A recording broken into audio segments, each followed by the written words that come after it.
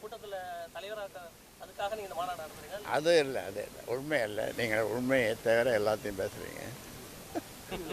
திடீர்னு வந்திருக்காங்களே மகள் கூட்டத்துக்கு வந்திருக்காங்களே, அதுதான் மகள் வராங்க. அதாவது வீரத்தையை விடை கொடு. என்னுடைய மனைவி தான் பக்கத்தில் உட்காந்துருந்தாங்க. அவங்க தான் நடத்துனாங்க. அவங்க தான் திலகமிட்டாங்க. இப்போ நேற்று வந்து தைலாபுரத்துக்கு வந்திருக்காரு. அப்பா பிள்ளையா அம்மா பிள்ளையா? ரெண்டில் அவர் தான் கேட்கணும்.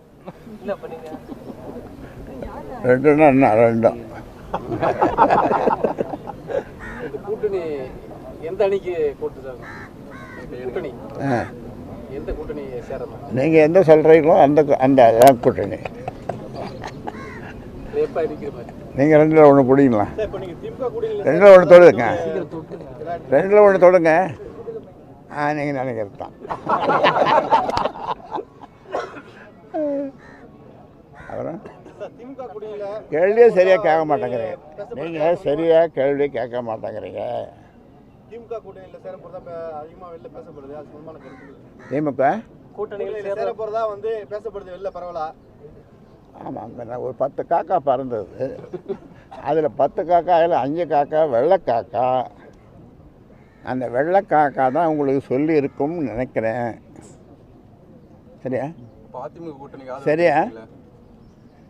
அந்த வெள்ளை காக்கா உங்கள் காக்காயா? உங்களுக்கு சொந்தமா? இல்லை. ஓ, அதிமுக கூட்டணிக்கு ஆதரவு தெரிவிப்பீங்களா?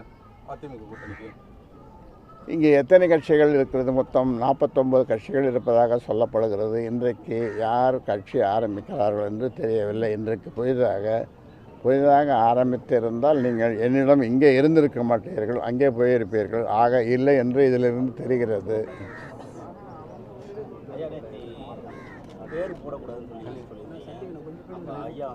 ஆமாம், இனிஷியல் போடணும்னு சொன்னாங்க.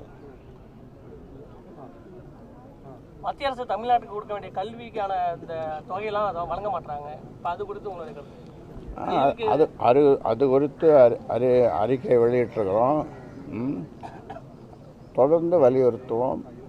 இல்லை, தமிழ்நாட்டை தான் பாரபட்சமாக பார்க்குறாங்க, கல்வியுமா பாரபட்சமாக பார்க்கணும். அதுதான், வடக்கு வாழ்கிறது, தெற்கு தேய்கிறது. அதற்கு நீங்கள் உங்களுடைய ஆதரவு எங்கே தேய்கிறதா இல்லை? நான் அவர்களிடம் கேட்டு வாங்குவேன். ஏன்னா என்னுடைய பிரதமர் என்னுடைய நண்பர். அதனால் கேட்டு தான் வாங்கணும். கேட்டால் கொடுக்கப்படும். தட்டங்கள் திறக்க மாட்டாங்க, திறக்கப்படும். கீழடி ஆய்வு வந்து மத்திய அரசு ஏற்றுக்காம மீண்டும் ஒரு அறிவுரை கேட்குறாங்க. பழைய கீழடி அகழாய்வு பற்றி மறுபடியும் கேட்டுருக்குறாங்கன்னு சொல்கிறாருங்க.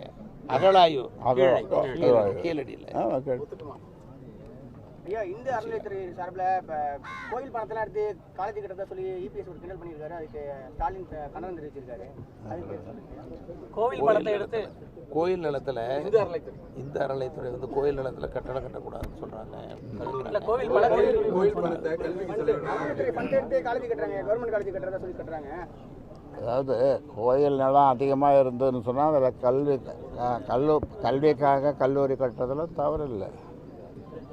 அதிகமாக இருந்ததுன்னா இந்த ஆழவந்த அறக்கட்டளையுடைய சொத்துக்கள் வந்து இப்போ அதிகமாக அரசாங்கமோ வேற எதுவும் செலவு பண்ணிட்டு பார்த்துறாங்க.